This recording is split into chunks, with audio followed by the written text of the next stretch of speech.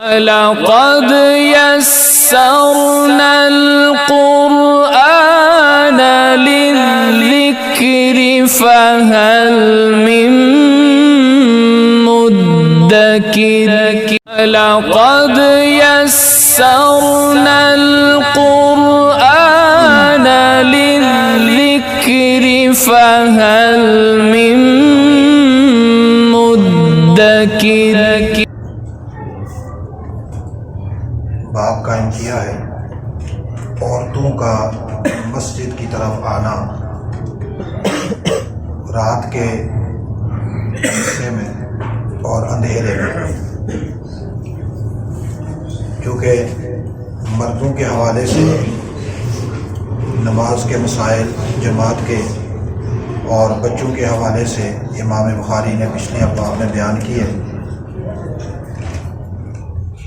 ظاہر ہے مسجد میں مرد آتے ہیں، بچے بھی آتے ہیں، اور ترتیب یہ ہے کہ سب سے آگے مرد ہوتے ہیں، اس کے بعد بچے ہوتے ہیں، اور اس کے پیچھے عورتیں ہوتی ہیں۔ اب یہاں اگر عورتیں مسجد کی طرف آئیں تو رات کی جو نمازیں ہیں مغرب اور عشاء یا نماز فجر،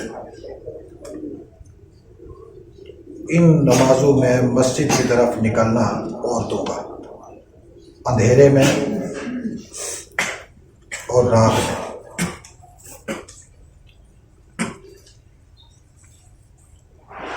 اس باب کے ضمن میں امام بخاری نے روایت نقل کی ہے سیدہ عائشہ صدیقہ رضی اللہ تعالی عنہا کی۔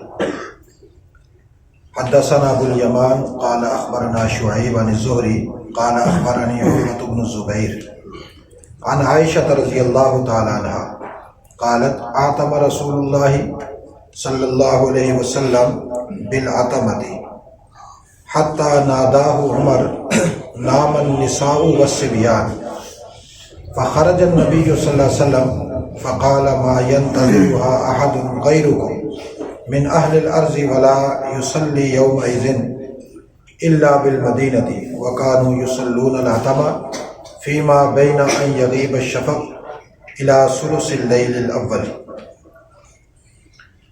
سیدہ عائشہ صدیقہ رضی اللہ تعالی عنہا سے روایت ہے، وہ کہتی ہیں رسول اللہ صلی اللہ علیہ وسلم نے عشاء کی نماز لیٹ کر دی۔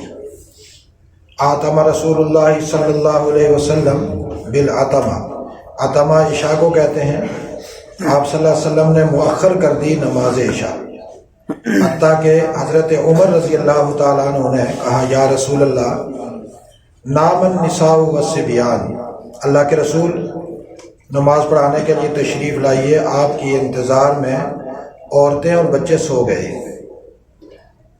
پھر رسول اللہ صلی اللہ علیہ وسلم اپنے حجرہ مبارک سے باہر آئے اور فرمایا کہ اس وقت پوری زمین کے اوپر تمہارے علاوہ، تم لوگوں کے علاوہ اور کوئی بھی نماز کی انتظار میں نہیں ہے، یعنی سارے لوگ نماز پڑھ کے سو چکے ہیں اور اس وقت صرف تم لوگ نماز کی انتظار میں ہیں۔ اور اس وقت صرف مدینے میں نماز با جماعت ادا کی جاتی تھی، اور آپ صلی اللہ علیہ وسلم یصلون، آپ صلی اللہ علیہ وسلم اور صحابہ اکرام عشاء کی نماز پڑھتے تھے فیما بین ان یغیب الشفق الی ثلث اللیل الاول، جب شفق غائب ہو جاتی وہاں سے لے کر رات کے پہلے تہائی تک۔ اب یہاں دیکھیے آپ صلی اللہ علیہ وسلم نے عشاء کی نماز مؤخر کی، اس میں بچے بھی تھے اور عورتیں بھی تھیں۔ اس سے امام بخاری نے استدلال کیا کہ ان نمازوں میں جو اندھیرے والی نمازیں ہیں یا رات والی ہیں، اس میں عورتیں مسجد میں آتی تھی اور آ سکتی ہیں، چونکہ یہ عشاء کی نماز تھی۔ ایک بات۔ دوسری بات یہ ہے کہ عشاء کی جو نماز ہے آپ صلی اللہ علیہ وسلم اور صحابہ اکرام پڑھتے تھے، یہ رات کو 3 حصوں میں تقسیم کیا جائے تو پہلا جو تہائی بنتا ہے اس میں نماز پڑھی جاتی تھی شفق کے غائب ہونے کے بعد۔ شفق جو ہے یہ سورج جب غروب ہوتا ہے اس کے بعد چاروں طرف میں ایک سرخی نمودار ہوتی ہے، پیلا سا رنگ ہوتا ہے، اس کے بعد ایک سفیدی آتی ہے، وہ سفیدی مراد ہے۔ جب وہ سفیدی غائب ہوتی ہے تو پھر نماز عشاء شروع ہوتی ہے۔ اس سے ایک بات تو یہ بھی سمجھ میں آ جاتی ہے کہ جو لوگ ہمارے ہاں نماز مغرب کے حوالے سے بہت زیادہ فکر مند ہوتے ہیں، اذان ہوتے ہی فوراً جی مغرب کی نماز پڑھ لو، چونکہ مغرب کی نماز 5-6 منٹ ہی ہوتی ہے، 10 منٹ ہوتی ہے، یہ نظریہ بالکل رد ہو جاتا ہے کہ مغرب کی نماز کا ٹائم تقریباً 1 گھنٹہ 20 منٹ ہے۔ کتنا ہے؟ 1 گھنٹہ 20 منٹ، 80 منٹ آپ کہہ سکتے ہیں۔ 1 گھنٹہ 7 منٹ کا ہے اور 20 منٹ 80 منٹ۔ جس وقت نماز عشاء داخل ہوتی ہے اس سے پہلے نماز مغرب ہے، اور عشاء کا وقت داخل ہونے سے پہلے جب بھی کوئی آدمی نماز مغرب پڑھے گا تو وہ ادا ہوگی، قضا نہیں ہوگی۔ ایک بات، ہاں یہ بات الگ ہے کہ نماز جب داخل ہو جاتی ہے، بندہ سست ہوتا ہے، کاہل ہوتا ہے، تو وہ اگر لیٹ کرتا رہے تو نماز اس کی رہ جاتی ہے، رہ جانے کا خطرہ ہے۔ اس لیے اس مسلمان کو چاہیے کہ مستعد ہو کر نماز پہلے وقت میں پڑھ لیا کرے تاکہ نماز ادا ہو جائے۔ لیکن اگر کوئی آدمی پہلے وقت میں نہیں پڑھ رہا، درمیان میں پڑھ رہا ہے، آخری وقت میں پڑھ رہا ہے، تو اس کو تان و تشریح کا نشانہ نہیں بنایا جی دیکھیں جی نماز لیٹ کر کے پڑھتا ہے۔ ہمارے یہاں ایک عادت یہ ہے، اگر کوئی آدمی تسلی سے نماز پڑھے کہتے ہیں جی بڑا عجیب نمازی ہے، اذان بھی ہو گئی نماز نہیں پڑھ رہا۔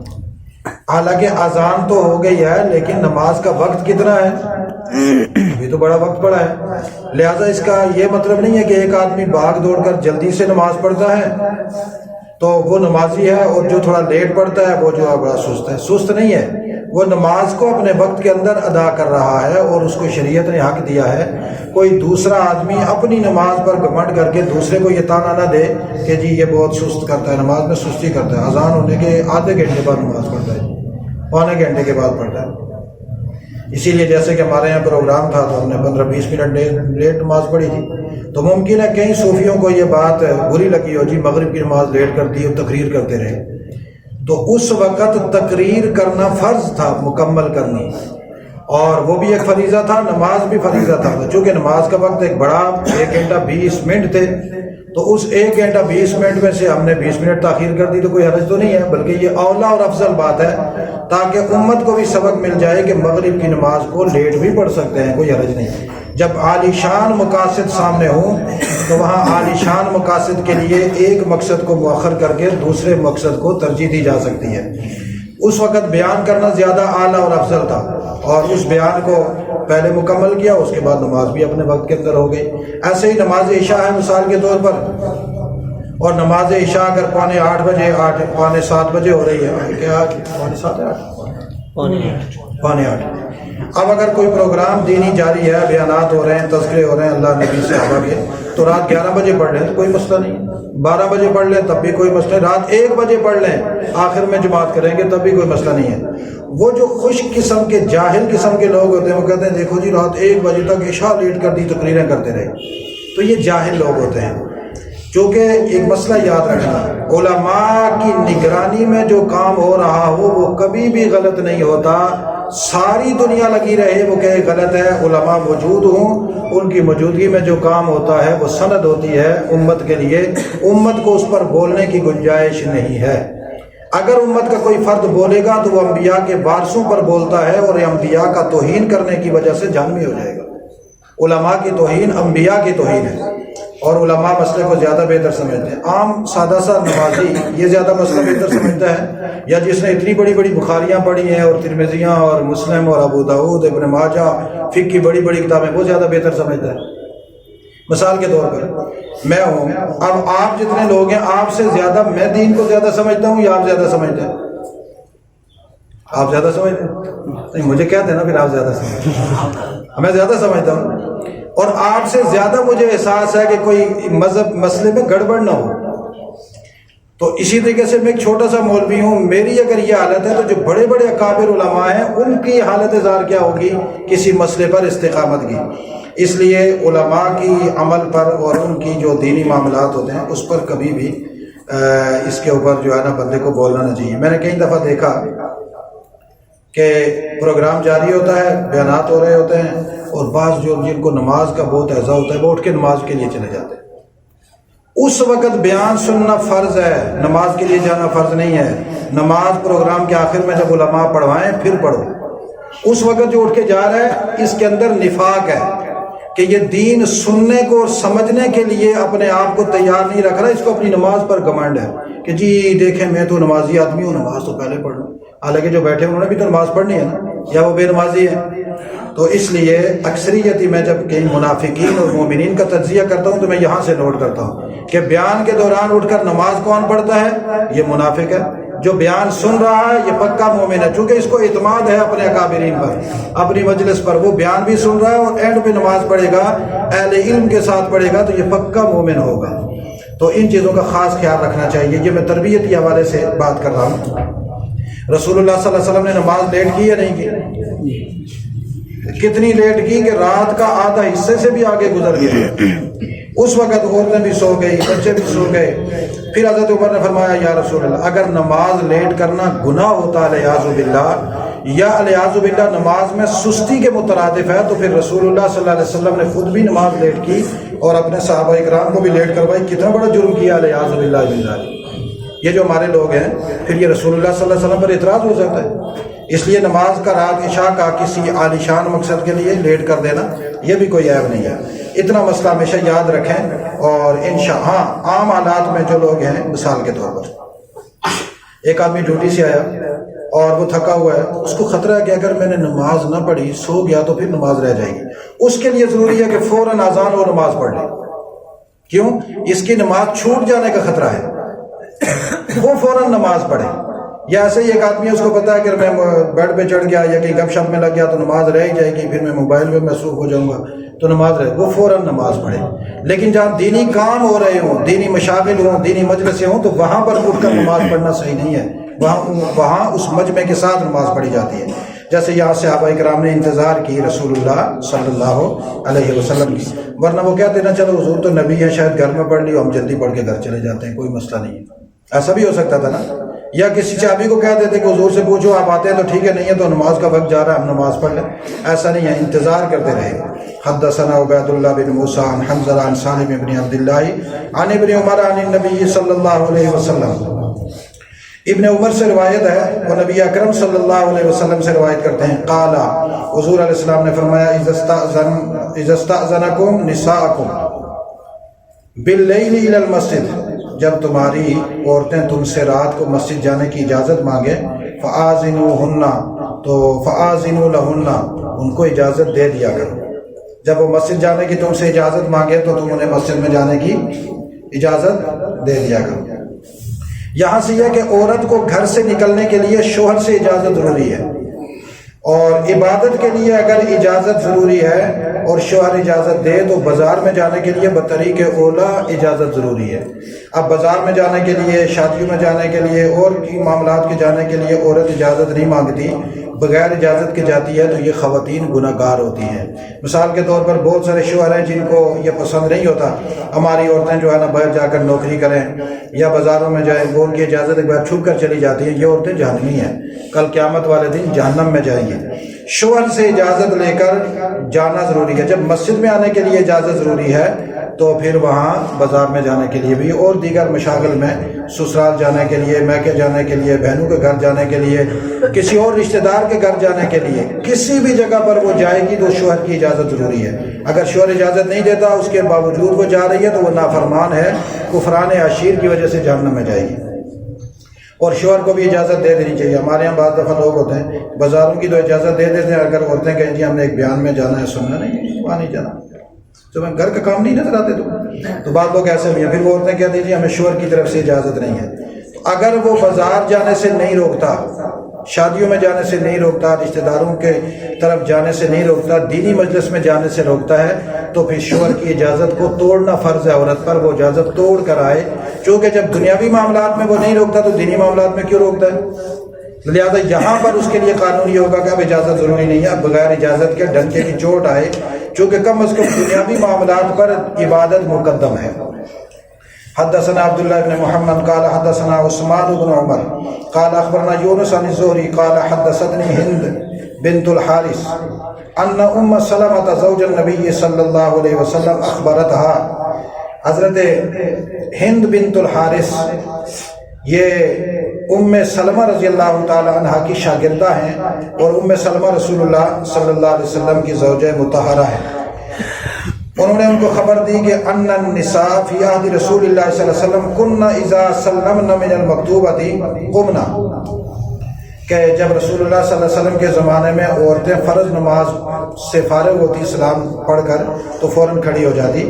وثبت رسول اللہ صلی اللہ علیہ وسلم، حضور بھی بیٹھے رہتے، ومن صلی من الرجال، اور جو لوگ آپ صلی اللہ علیہ وسلم کے ساتھ نماز پڑھتے وہ بھی وہاں پر بیٹھے رہتے ماشاء اللہ، جتنا اللہ چاہتے، یعنی تھوڑی دیر کے لیے جب تک رسول اللہ صلی اللہ علیہ وسلم بیٹھتے مرد بھی بیٹھے رہتے، عورتیں فوراً اٹھ کر اپنے گھروں کی طرف چلی جاتی تھی۔ یہ اس صورت میں ہے کہ جب ایک ہی حال میں سارے نماز پڑھ رہے ہو۔ اگر عورتوں کا حال الگ ہے مسجد میں تو پھر کوئی مسئلہ نہیں ہے، پھر مرد پہلے اٹھیں تب بھی کوئی حرج نہیں، عورتیں پہلے اٹھیں تب بھی کوئی حرج نہیں۔ لیکن چونکہ اب ایک ہی حال میں پیچھے عورتیں کھڑی ہوں گی، ظاہر ہے عورتیں نکلیں گی تو مردوں کو راستہ ملے گا، عورتیں اٹھ کر اپنے اپنے گھروں میں چلی جاتی تھی، پھر صحابہ کرام پیچھے پھیل کر سنتے اور نوافل پڑھا کرتے تھے۔ فَإِذَا قَامَ رَسُولُ اللَّهِ صلی اللہ علیہ وسلم قَامَ الرِّجَالُ، پھر جب رسول اللہ صلی اللہ علیہ وسلم اٹھتے تو اس کے بعد جو ہے نا وہ صحابہ کرام بھی اٹھتے۔ یہاں سے یہ مسئلہ بھی سمجھ لیں، جب تک امام مصلی سے نہ اٹھے مقتدیوں کو فوراً اٹھ کر نفلوں اور سنتوں کی نیت نہیں باندھنی چاہیے۔ ہاں یہ صحابہ کی سنت ہے، رسول اللہ صلی اللہ علیہ وسلم اٹھتے تو پھر اس کے بعد صحابہ کرام بھی اٹھتے۔ جو آدمی یہ چاہتا ہے کہ میری نسبت رسول اللہ اور صحابہ سے ہو اس کو پورا ابھی کئی دفعہ ہوتا ہے امام صاحب ابھی سلام پھیرتے ہیں، پھیر کر ابھی دعا ہاتھ یا نہیں پھیرتے تو پیچھے مقتدی پہلے سے، تو وہ بیچارے ان کو جلدی ہوتی ہے، یہ خلاف آداب ہے، یہ سنت رسول اللہ صلی اللہ علیہ وسلم کے بالکل خلاف ہے۔ امام صاحب جب اٹھ جائیں انہوں نے پیچھے جانا ہو یا سنتیں وہیں پڑھنی ہو، اس کے بعد باقی مقتدی اٹھیں۔ یہ بات یاد رکھیں، بعض لوگ کہتے ہیں جی ہمیں جلدی ہوتی ہے۔ جس آدمی کو دنیاوی معاملات کے لیے جلدی ہے وہ مسجد میں بالکل آ کر نماز نہ پڑھے، وہ اپنے باتھ روم میں ہی پڑھ لیا کرے، اپنے آفس میں پڑھ لیا کرے، اپنی دکان میں پڑھ لیا کرے، اس کو کوئی ضرورت نہیں ہے مسجد میں آنے کی۔ کیوں؟ اس لیے کہ اللہ کے گھر میں جب آئے تو آداب پورے پورے بجا کر لائے جو رسول اللہ صلی اللہ علیہ وسلم اور صحابہ اکرام کے ہیں۔ جہاں پر آدمی 5 منٹ مسجد کے لیے 4 فرض پڑھنے آیا تو وہاں 10-15 منٹ بھی اللہ کے لیے لگا دے۔ دکانیں بھی ادھر ہی ہیں، بازار بھی ادھر ہی ہے، کام بھی ادھر ہی ہے، نوکریاں بھی ادھر ہی ہیں۔ اس لیے جلدی والا آدمی مسجد میں آ کر مسجد کا ماحول بالکل خراب نہ کرے، جماعت کا ماحول بالکل خراب نہ کرے، اس کی کوئی ضرورت نہیں ہے۔ ثواب تو اس کو ویسے بھی نہیں ملتا، اس لیے کہ وہ نماز میں بھی تاولہ ہوتا ہے کہ کب جماعت ختم ہو، امام صاحب نے اتنی لمبی رکعت کر دی تو میرا تو کام خراب ہو، اس کو تو ویسے بھی ثواب نہیں ملتا، وہ صرف مسجد میں نحوست پھیلانے آتا ہے۔ تو مسجد میں جو نمازی آئے وہ اتنی ٹھاٹ باٹ سے آئے، اتنا بن ٹھن کر آئے کہ اس کو مسجد سے نکلنے کا دل ہی نہ کرے، نمازی وہ ہے۔ تو اس لیے امام صاحب کا انتظار ہونا چاہیے، جب امام صاحب اٹھیں تو پھر نمازی بھی اٹھیں۔ ان اعمال کو اپنے اندر زندہ کرنے کی ضرورت ہے تاکہ ہماری نمازوں میں مشابہت رسول اور مشابہت صحابہ پیدا ہو۔ اور یہ بات بھی آپ اصولی یاد رکھ لیں، جب تک ہماری نمازوں میں رسول اللہ اور صحابہ اکرام کی ظاہری مشابہت پیدا نہیں ہوگی، روحانی مشابہت بھی پیدا نہیں ہوگی۔ روحانی مشابہت نہیں پیدا ہوگی تو اللہ کے یہاں قبول بھی نہیں ہوگی۔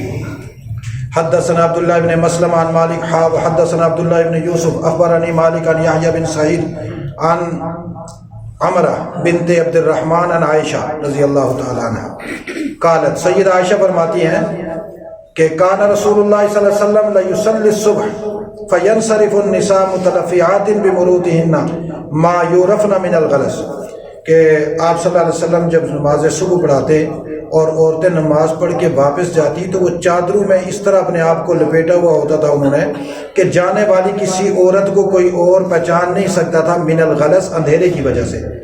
اس سے مطلب یہ ہے کہ آپ صلی اللہ علیہ وسلم نماز فجر جلدی پڑھایا کرتے تھے۔ ہمارے یہاں بعض لوگ کہتے ہیں وہ جی تھوڑی سی روشنی تو ہمیں دیا کرو، ہمیں اٹھنے میں بہت دیر ہو جاتی ہے، نماز تھوڑی لیٹ پڑھایا کرو۔ نماز فجر جلدی پڑھ لینی چاہیے، چونکہ رسول اللہ صلی اللہ علیہ وسلم نماز فجر جلدی پڑھایا کرتے تھے۔ جیسے عورتیں چادریں لپیٹ کر جاتی تھی اور اندھیرا بھی ہوتا تھا، نماز پڑھ کے جاتی تب بھی اندھیرے کی وجہ سے پہچانی نہ جاتی تھی۔ اور ایک حدیث میں یوں بھی ہے کہ اسفروا بالفجر، فجر میں تھوڑی جو ہے نا روشنی بھی کر لیا کرو، فقہ استدلال وہ ہے۔ تو کبھی کبھی اندھیرے میں پڑھ لینی چاہیے، کبھی کبھی روشنی میں پڑھ لینی چاہیے، تاکہ دونوں حدیثوں پر عمل ہو جائے اور حضور صلی اللہ علیہ وسلم کا عمل بھی زندہ ہو جانا چاہیے۔ البتہ جن لوگوں کو نماز فجر میں شریک ہونے کا شوق ہے وہ اپنی جو ہے نا الارم تھوڑا جلدی لگا لیا کریں، وہ جلدی مسجد میں آ جایا کریں، گھروں میں نہ بیٹھے رہا کریں۔ باقی یہاں سے ایک اور مسئلہ یہ بھی ثابت ہو گیا کہ متلفیات بمروطہن، عورتیں چادریں لپیٹ کر آتی تھیں. جب مسجد میں آنے کے لیے چادر لپیٹنی ضروری ہے تو بازار جانے کے لیے بھی چادر لپیٹنی. تو جو پردہ ہے شرعی وہ اصل میں چادر ہے. اصل جو کیا ہے وہ یعنی عورت کا جسم لپٹا ہوا ہونا چاہیے. ہمارے ہاں بعض لوگوں نے بنایا ہوا ہے جی مخصوص قسم کا برقع وہ پردہ ہے، مثال کے طور پر کالے رنگ کا، سفید رنگ کا، یا وہ جیسے وہ ٹوپی والا. پردے سے مراد یہ ہے کہ عورت کا جسم لپٹا ہوا ہونا چاہیے. جتنی اچھی بڑی چادر لپیٹ کر رکھے گی وہ پردہ ہوگی. ایسا نہیں ہے کہ عورت چادر لپیٹ کر جائے تو لوگ کہیں گے یہ عورت پردے دار نہیں ہے، اور بڑا فیشنی قسم کا برقع پہنا ہوا ہو تو لوگ کہیں گے ماشاء اللہ جی بہت اچھا برقع ہے، بڑی با پردہ ہے جی. تو بڑی با پردہ وہ ہے کہ جو اچھے طریقے سے بڑی چادر لپیٹ لے، اس کا جسم نظر نہیں آنا چاہیے. اور باقی کوئی بھی نوعیت ہو، چاہے وہ برقع ہو، چاہے وہ بہت بڑا جو ہے نا پورا کفن ہو یا چادر ہو، خلاصہ یہ ہے کہ عورت کا لپٹا ہوا ہونا ضروری ہے. آج کل میں نے دیکھا عورتیں جو ہے نا وہ کالا برقع پہنتی ہیں اور یہ بھی، اور یہاں سے یہ جگہ بھی ننگی ہے تاکہ یہ سینہ اچھے طریقے سے سفید نظر آئے کالے برقعے سے. یہ آپ بازاروں میں جائیں دکاندار بیٹھے ان سے پوچھیں، ساری عورتوں کا برقع یہ ہے. اور یہ برقع نہیں ہے، یہ اس کے لیے میں کیا الفاظ استعمال کروں، بس وہ الفاظ میں کروں تو مجھے خود شرم آئے گی. یہ سب ٹوٹل ڈرامہ ہے. مطلب یہ ہے کہ عورت اپنا جسم چھپائے. یہ مطلب نہیں ہے کہ جو چھپانے کی جگہ وہ ظاہر کرے اور باقی وہ لپیٹ کر رکھے. اس لیے جب آپ کی عورتیں گھروں سے نکلے تو ان سے پہلے چیک کیا کریں کہ یہ جگہ کھلی ہوئی تو نہیں ہے. اگر یہ کھلی ہوئی ہے تو پہلے سے یا تو تھپڑ زور سے لگاؤ کہ یا تو فل اتار کر جا، بالکل کوئی برقعے کی ضرورت نہیں ہے، میڈم بن کر جا. اور اگر جانا ہے تو پھر پورا سنت کے مطابق برقعے کی توہین نہ کرو، چونکہ یہ رسول اللہ صلی اللہ علیہ وسلم کی صحابیات اور آپ کی ازواج اور آپ کی بنات کا مقدس برقع ہے، اس کی توہین نہیں ہونی چاہیے. آگے والی حدیث ہے، چونکہ یہ باب ختم ہو رہا ہے اس کو ختم کر دیتے ہیں. آگے والی حدیث ہے حضرت ابو قتادہ عبداللہ بن ابی قتادہ الانصاری اپنے والد ابو قتادہ سے نقل کرتے ہیں، قال رسول اللہ صلی اللہ علیہ وسلم انی لاقوم الی الصلاۃ وانا اريد ان اطول فیہا. رسول اللہ صلی اللہ علیہ وسلم نے فرمایا کہ جب میں نماز کے لیے کھڑا ہوتا ہوں تو میرا ارادہ یہ ہوتا ہے کہ میں آج نماز لمبی پڑھاؤں گا. فَأَسْمَعُ بُكَاءَ الصَّبِيِّ، جب میں بچوں کے رونے کی آواز سنتا ہوں، فَأَتَجَوَّزُ فِي صَلَاتِي، تو میں نماز کو ہلکا کر لیتا ہوں. کراہیۃً ان اشق علی امہ، یہ چیز مجھے پسند نہیں ہے کہ میں نماز لمبی پڑھاؤں اور عورتوں پر نماز لمبی ہو جائے. بچے رو رہے ہیں، بچوں کے رونے کی وجہ سے میں کہ عورت بیچاری مشقت میں پڑ جائے گی، میں اس لیے نماز مختصر کر لیتا ہوں. یہاں ایک مسئلہ سمجھنے کی بات ہے. نماز کا جو عاشق آدمی ہے اس کا دل ہوتا ہے نماز لمبی ہو، نماز لمبی ہو، قیام ہو، رکوع سجدے لمبی ہو. لیکن اگر پیچھے کوئی صاحب عذر موجود ہے، مثال کے طور پر وہاں تو بچے تھے، عورتیں بچوں کو لے کر آتی تھی، اس سے یہ بھی ثابت ہوتا ہے کہ عورتیں بچے لے کر مسجد میں آتی تھی. یہ جو ہمارے لوگ کہتے ہیں کہ بچوں کو مسجد میں نہ لایا جائے، یہ باقاعدہ شریعت کے خلاف بات ہے. عورتیں بھی بچوں کو لاتی تھی، مرد بھی لاتے تھے. اور دوسری بات یہ ہے کہ اگر کوئی صاحب عذر پیچھے کھڑا ہے تو نماز بالکل مختصر پڑھا لینی چاہیے. مثال کے طور پر میرا دل کر رہا ہے کہ میں آج لمبی سی صورت پڑھوں، پیچھے میں نے دیکھا یہاں سے امام صاحب کو کہا جاتا ہے نا جب یہاں کھڑے ہوں تو نظر مار لیا کرو کوئی بوڑھا تو نہیں پیچھے کھڑا، کوئی بیمار تو نہیں ہے. اب نظر مارنے کے ساتھ اگر کوئی بوڑھا آدمی ہے، کوئی بیمار ہے تو نماز بالکل چھوٹی سی پڑھا لینی چاہیے. جیسے میں نے عشاء کی نماز پڑھائی، آج میرا دل کر رہا تھا میں لمبی قرات کروں، اسی لیے میں نے سورہ نبا کا دوسرا رکوع شروع کیا تھا. پھر سپیڈ تیز کر دی کہ میں نے کہا یہ نا پیچھے کوئی بوڑھا ہو تو اس کے لیے مسئلہ ہوگا. تو مسئلہ یہ ہے کہ رسول اللہ صلی اللہ علیہ وسلم نے فرمایا کہ میرا بھی دل کرتا ہے میں نماز تو لمبی کروں، لیکن بچوں کے رونے کی آواز سن کر نماز مختصر کر دیتا ہوں. لوگوں کی رعایت عبادت میں کرنا یہ بھی رسول اللہ صلی اللہ علیہ وسلم کی سنت ہے. اس لیے آج کل کے دور میں جب لوگ بیمار ہیں، کمر کا درد ہے، اسی طریقے سے موروں کا درد ہے، بڑھاپا ہے، چکر آ جاتا ہے، زیادہ دیر لوگ کھڑے نہیں ہو سکتے، تو خلاصہ یہ ہے کہ موجودہ دور میں نماز جتنی جامع اور مختصر ہو اتنی اچھی ہے تاکہ نماز صحیح طریقے سے ادا ہو سکے. اللہ تعالی ہمیں جو ہے نا وہ سنت کے مطابق نمازیں پڑھنے کی توفیق نصیب فرمائے.